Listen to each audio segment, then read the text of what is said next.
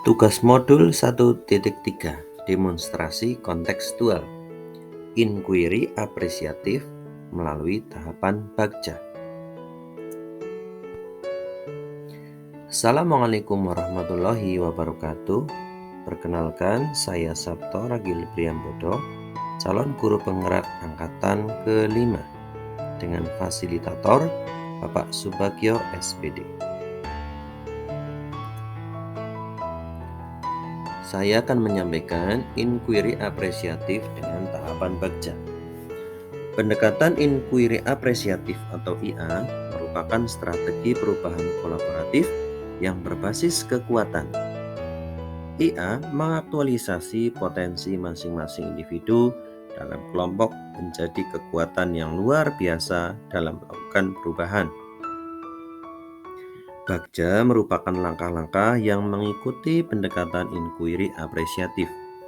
Bagja terdiri dari B. Buat pertanyaan, A. Ambil pelajaran, G. Gali mimpi, C. Jabarkan rencana, dan A. Atur eksekusi.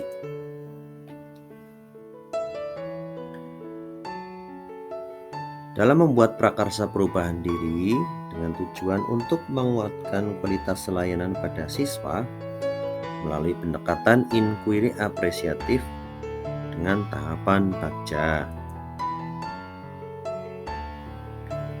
Visi, terwujudnya murid dengan pola pikir berkembang yang beriman dan bertakwa, cerdas, terampil, serta berkarakter sesuai dengan profil pelajar Pancasila. Dari visi tersebut, maka lahirlah prakarsa perubahan, yaitu menerapkan pembelajaran berdiferensiasi untuk menumbuhkan pola pikir yang berkembang. Dari prakarsa perubahan tadi, melalui tahapan bagja, maka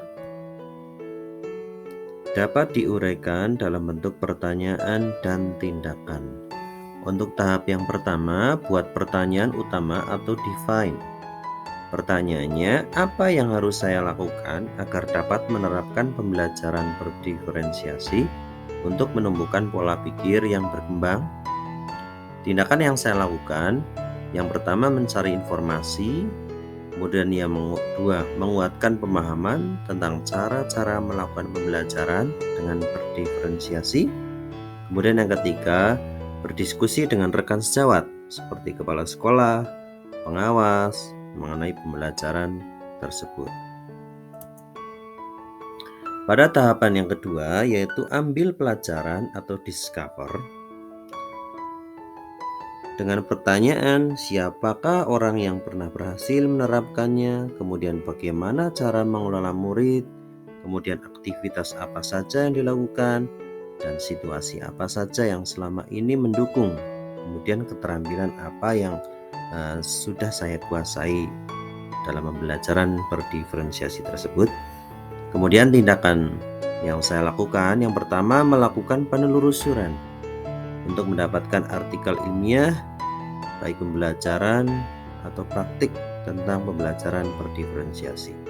Kemudian melakukan wawancara dengan guru dari satu sekolah yang telah berhasil menerapkan pembelajaran tersebut. Kemudian diseminasi atau IHT dengan narasumber guru yang telah berhasil menerapkan pembelajaran berdiferensiasi tersebut.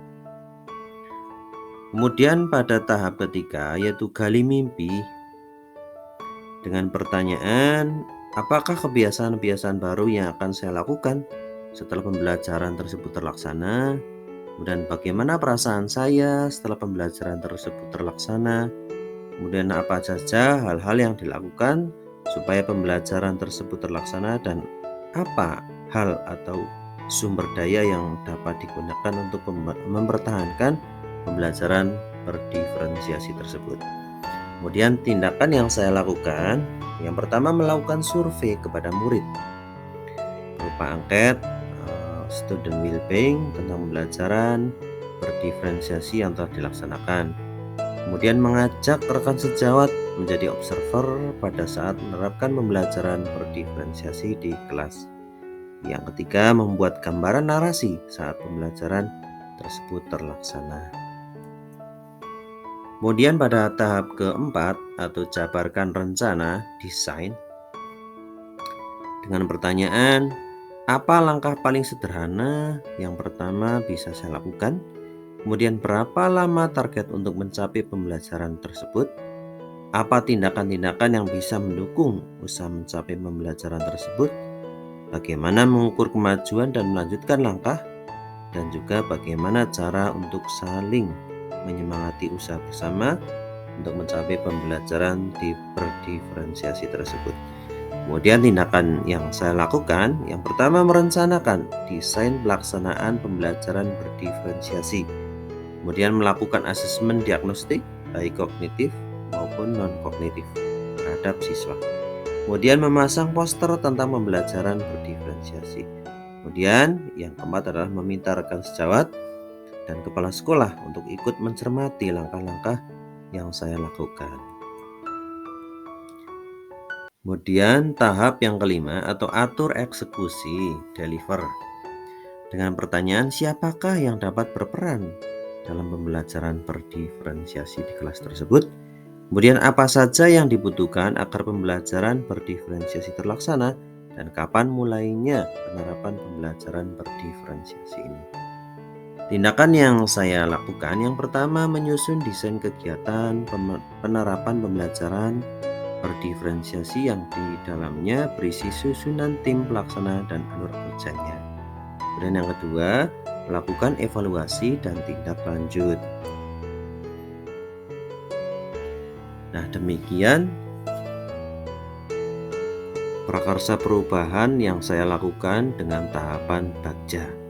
Kesimpulan yang saya dapat yaitu meningkatkan kualitas pelayanan pada siswa melalui pendekatan inquiry dengan tahapan Bagja, yaitu dari penerapan Bagja yang akan dilaksanakan di SD Negeri 2 Semangkung itu, harapannya dapat mengembangkan pola pikir anak yang beriman dan bertakwa, cerdas, terampil, serta berkarakter sesuai dengan profil pelajar Pancasila. Selain itu, guru juga akan menjadi lebih tertantang untuk membuat inovasi dalam setiap pembelajaran.